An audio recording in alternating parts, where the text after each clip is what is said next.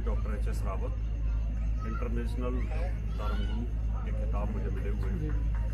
अभी मैं 6 कंट्रीज़ के अंदर हिंदू धर्म के सम्मेलन हुए थे, वहाँ पर मैंने हिंदुस्तान का हिंदू धर्म का पक्ष रखा था और ध्यान और मेडिटेशन का पक्ष रखा था और साथ में ज्योतिष का भी पक्ष रखा था।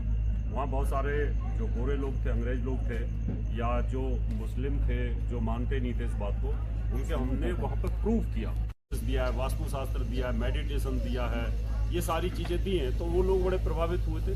तो ये खिताब मुझे मिला हुआ। टीवी के ऊपर जितनी भी डिबेट्स होती हैं उसमें हिंदू धर्म का मैं पक्ष रखता हूँ।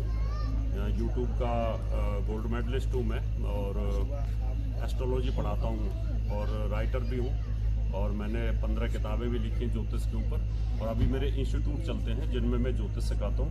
12,000 से ज़्यादा मेरे छात्र हैं।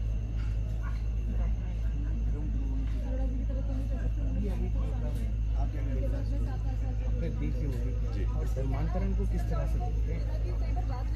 हमारे सबसे बड़ी कमी है कि जो हम माँ बाप हैं अपने बच्चों को उतनी कट्टरता नहीं सिखाते जितने कि बाकी के लोग सिखाते हैं। और जो बाकी के धर्म है उनमें लिबरलाइजेशन नहीं है, लिबरल नहीं है, वो कट्टर हैं। धर्म का मतलब होता है शांति और भावना, सद्भावना, लोगों के प्रति दया भावना रखना, पाप से दूर रहना, पुण्य की चीज़ें रखना।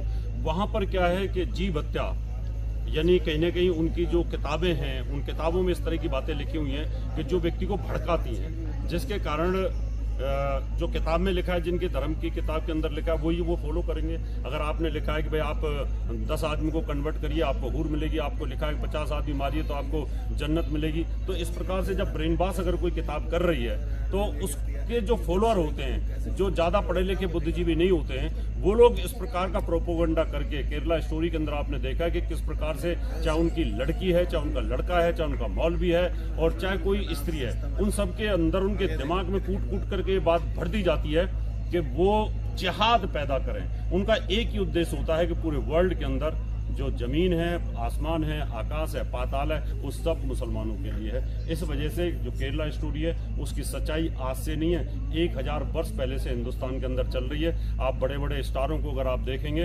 अजरुद्दीन को आप देख लीजिए, चाहे बड़े बड़े फिल्म स्टारों को आप देख लीजिए, बड़े बड़े नेताओं को आप देख लीजिए, किसी को भी देख लीजिए, जो रोल मॉडल होते हैं वो लोग क्या करते हैं, लव जिहाद की शुरुआत करते हैं और जो नीचे उनके फॉलोअर होते हैं लाखों, फिर वो भी यही काम करना शुरू कर देते हैं। इसलिए यहाँ पर मैं हर जगह यही बोलता हूँ।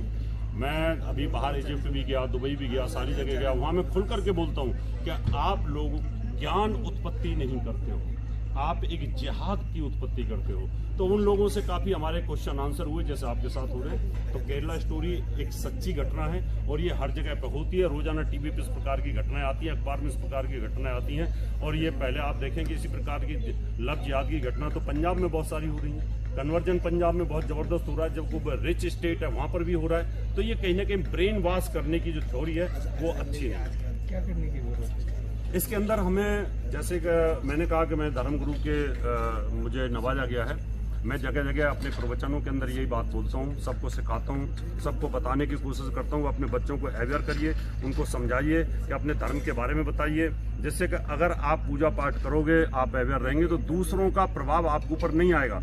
और इसमें सबसे बड़ी बात है लॉजिकल तथ्य होने चाहिए, क्योंकि हमारे अंदर साइंटिफिक अप्रोच भी होनी चाहिए। अगर साइंटिफिक अप्रोच रहेगी, दूसरे लोग बोलते हैं मूर्ति पूजा में क्या है, मूर्ति उठा के फेंक दी, मूर्ति तोड़ दिया, देखिए इस मूर्ति में कुछ नहीं है, ऐसा बोलते हैं। तो जब मैं उनके सामने तथ्य रखता हूँ, डिबेट के अंदर तथ्य रखता हूँ कि भाई अगर अल्लाह ने कुरान लिखवाई, आसमानी किताब आप बोलते हो, तो उस समय कौन से टाइपराइटर थे? भाई तुम अगर ये कहते हो कि मूर्ति में कुछ नहीं है तो उस समय कौन से टाइपराइटर थे? और फिर अल्लाह ने मुसलमानों को ही क्यों लिखवाई वो किताब, दूसरे लोगों को क्यों नहीं लिखवाई? तो इसका मतलब ये है कि ये सब चीज़ें लिखी गई हैं, कन्वर्जन के लिए लिखी गई हैं। तो मैं यही कहना चाहता हूँ, जितने भी हिंदू धर्म के फॉलोअर हैं या दूसरे धर्म के जो इस्लाम को छोड़ करके, दूसरे या ईसाइयों को छोड़ करके, उन लोगों के अंदर अपने धर्म के प्रति लॉजिकल अप्रोच होनी चाहिए, संस्कृत की लॉजिकल अप्रोच होनी चाहिए। कोई भी चीज़ को अगर मान लो ज्योतिष की बात आती है, हम लॉजिकल बात करते हैं, वास्तुशास्त्र की बात आती है लॉजिकल बात करते हैं, वो नहीं मानते। लेकिन अभी मैं दुबई में स्पीच हुई तो वहाँ पर बहुत सारे लोगों ने माना। अगर हम लॉजिकल ये बोलते हैं कि आप नॉन वेज छोड़ दीजिए, आप शराब छोड़ दीजिए, तो इजिप्ट के अंदर जब सम्मेलन हुआ तो वहाँ मैंने नॉनवेज के ऊपर बहुत सारे लॉजिकल उदाहरण दिए, तो वहाँ के उन लोगों ने नॉनवेज नहीं खाया। 28 लोग थे, उन्होंने छोड़ दिया, बोले जो रावत गुरु जी ने कहा हम उसको फॉलो करेंगे। तो जब तक हम लॉजिकल बात अपने बच्चों को नहीं बताएंगे कि नॉनवेज का क्या दुष्प्रभाव है, शराब का क्या दुष्प्रभाव है, और हमें धर्म क्यों मानना चाहिए, मूर्ति पूजा क्यों करनी चाहिए, हमें दूध क्यों चढ़ाना चाहिए, इन सब के वैज्ञानिक आधार जब तक आप नहीं समझाओगे, जब तक हम लोग कंफ्यूज हो जाते हैं, और ऐसे ही वो लड़की कंफ्यूज होगी। ठीक सर, धन्यवाद।